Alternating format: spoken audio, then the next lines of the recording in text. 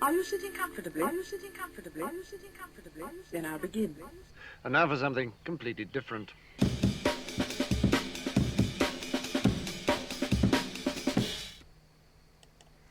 What's happening, dreamwalkers, experiencers, curious souls? It's midway through the weekend in my timeline. Hope everything's well where you are at. I had a few things I wanted to talk about this evening, and seemed a good time to get it out. I didn't have I haven't had a whole lot of new dream activity. I've been still dreaming like crazy, but it seems I've been losing them really quickly when I wake up. So there hasn't been a whole lot to work with lately, but I wanted to talk back on the last dream that I talked about. That I did give a trigger warning on that, as it was a little sensitive. So just circling back to that, you might want to mute for a few seconds if you don't want to hear it. The dream was about a tragic sort of accident that I witnessed, and then I started vomiting uncontrollably out front of a supermarket, is the gist.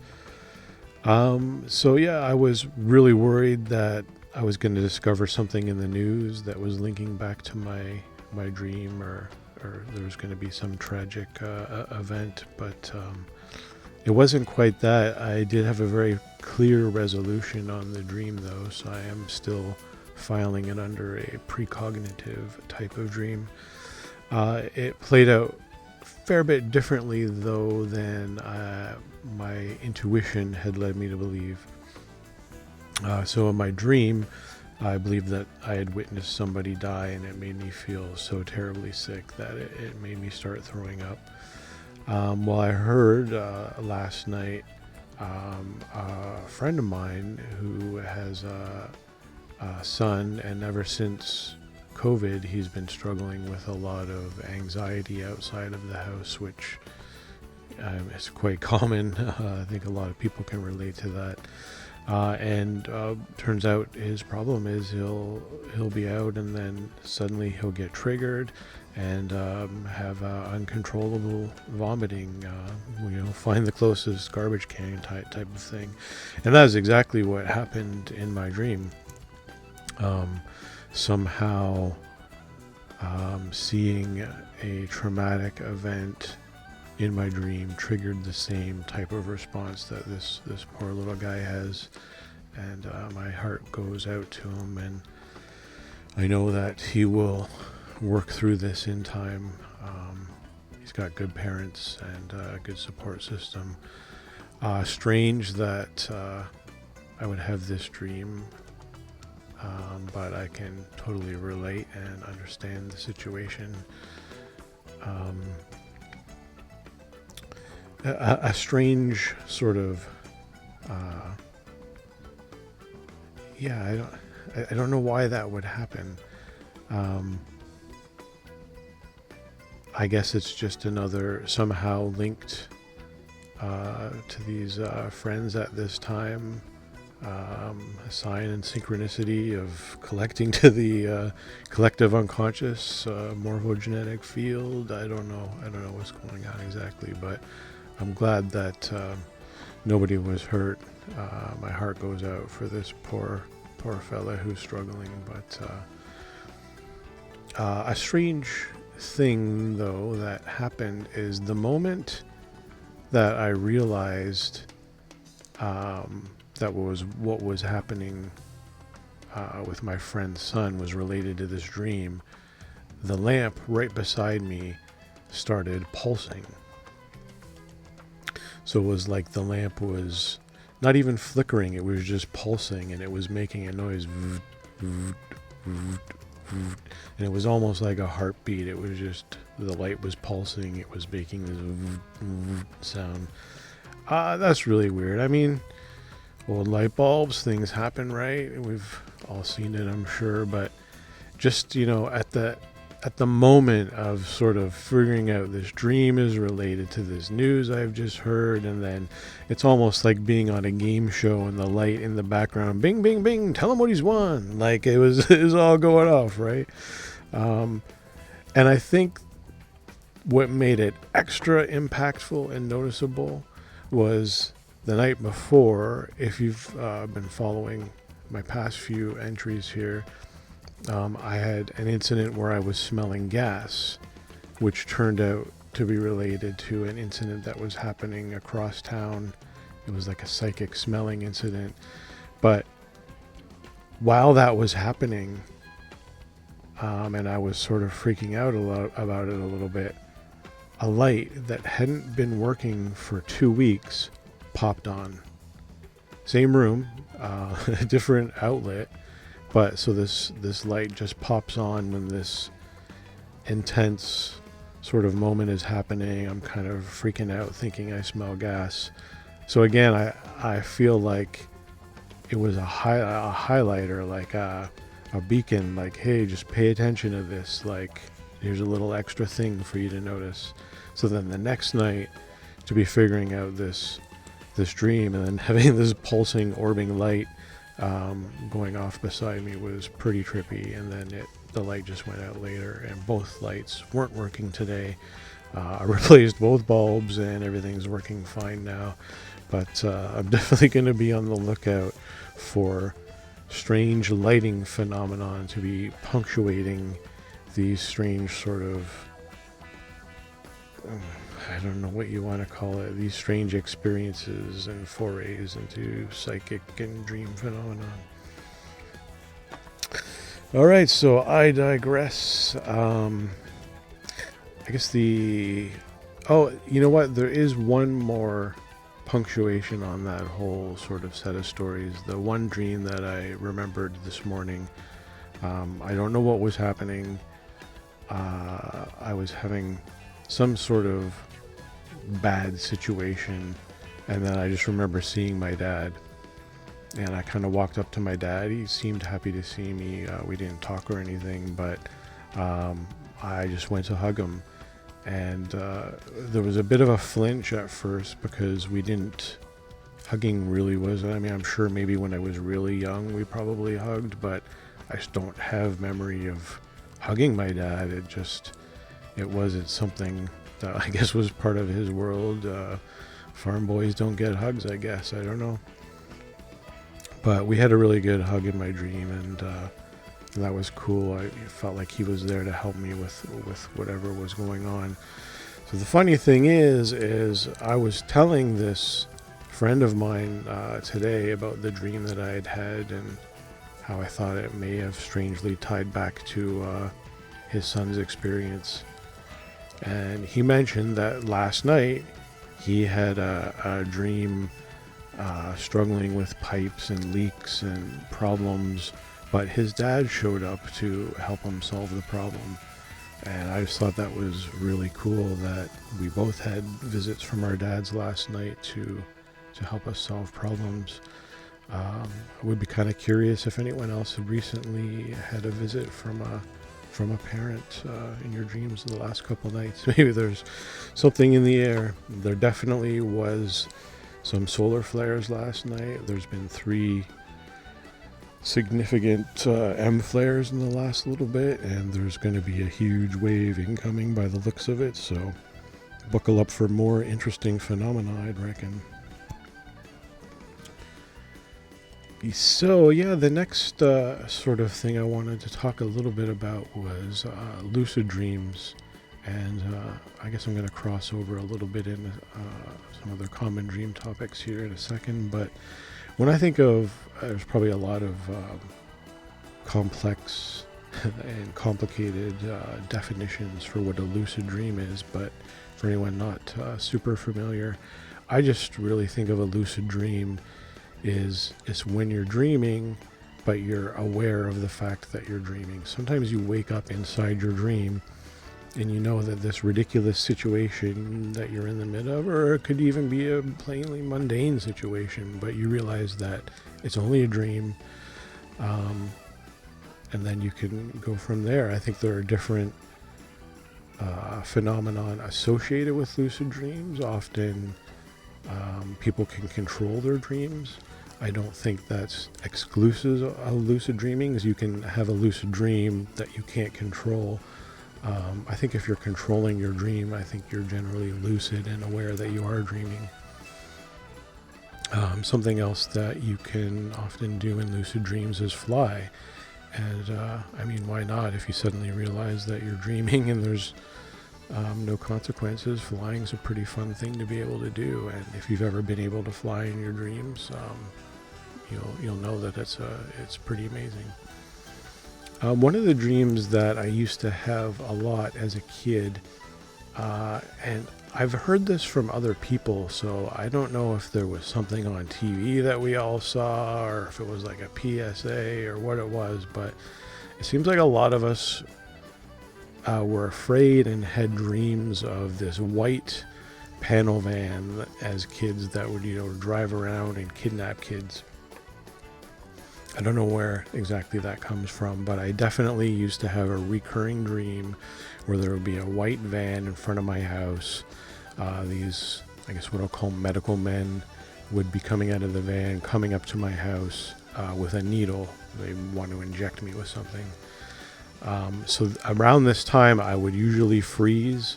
I'd be trying to run so hard, and you just go into slow motion, like you're in like a block of jello. Or your feet are in blocks of concrete, and I would just freeze up. Lots of times they would get to me, I would get the needle, I would wake up. Sometimes though I was able to get out of it. Sometimes I was able to be, the lucid dream part of it would kick in, and I would know that it's just a dream, so I would try to endure it, push through it. Eventually it would just transition to another dream, or I would wake myself up.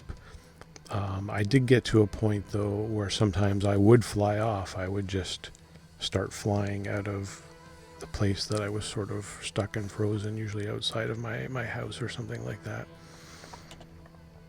I do have a very clear memory one time of having a dream about it wasn't quite the medical men this time. It was like burglars that were trying to break into the house. I remember they had like machine guns. Probably been watching too much, I don't know, Miami Vice or something. I don't know what was on at the time. But yeah, these burglars with machine guns were trying to get into the house, and they were trying to kidnap me or something. And I remember they had my mom and dad outside on the front lawn tied up, and they were chasing me with their guns. And then I just remember stopping in my tracks and saying, "No, this is a dream. You don't have the gun. I have the gun." And suddenly the gun disappeared out of their hands. It appeared in mine, and then I chased them off the property. I don't remember shooting or anything, but took control of the situation in a profound way that I never had before. That was pretty interesting.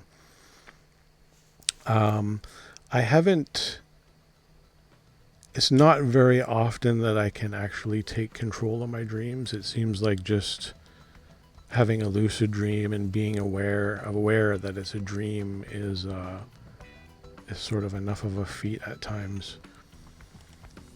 Along with I did have a lot of these flying dreams as a kid, but I remember it sort of hit a point, and maybe it was part of getting older, and I don't know, you're less of a dreamer, you learn things can't happen, I don't know, but flying did get harder in my dreams as I went on. And I remember very specifically I had to wear a cape. I wasn't able to fly, and I remember running through this parking lot, and I couldn't fly, and I realized it's because I didn't have a cape on. So I manifested a cape, and it took 2 or 3 good runs, and then I was finally able to get off the ground and start flying again. And somebody was chasing me. I was trying to get away from something. But that was sort of that kind of ended the flying dreams as a kid, from what I remember. I don't know. It just got too hard for some reason. It's funny that the cape helped. I guess too many superheroes cartoons. Was it Super Friends and the Hall of Justice and whatnot? So yeah, I have had some flying in recent dreams, but it's always as the result of falling. So sometimes when I'm falling, sometimes I do hit the ground, and maybe sometimes I die, sometimes I transition into another dream, sometimes I wake up. But on the very rare occasion, I do start flying instead of falling, which is always pretty amazing. And sometimes I've been flying and still don't get to that lucid state where I realize that I'm in a dream, which is kind of funny because flying is a pretty non-reality sort of event, at least for most people. The last lucid dream that I can remember having, I had one about a couple of months ago, and I wasn't able to control anything, but I felt like I sort of had a new level of awareness within the dream. I feel like a lot of people, when they talk about lucid dreams, they'll say that, ways to tell whether you're dreaming, look at your watch. You won't be able to read the time. Look at your clock. You won't be able to read the time. Try to make a phone call with your cell phone and you won't be able to look at it or see it. But in this particular lucid dream, I tried all those things and I was able to read my watch. I was able to make a phone call. I was able to look at, the time. So really what I took away from that dream was how real it was. I knew that I was in the dream world, but I remember thinking to myself, there's no way that you could tell the difference from this world and the real waking world. They were identical in every possible way.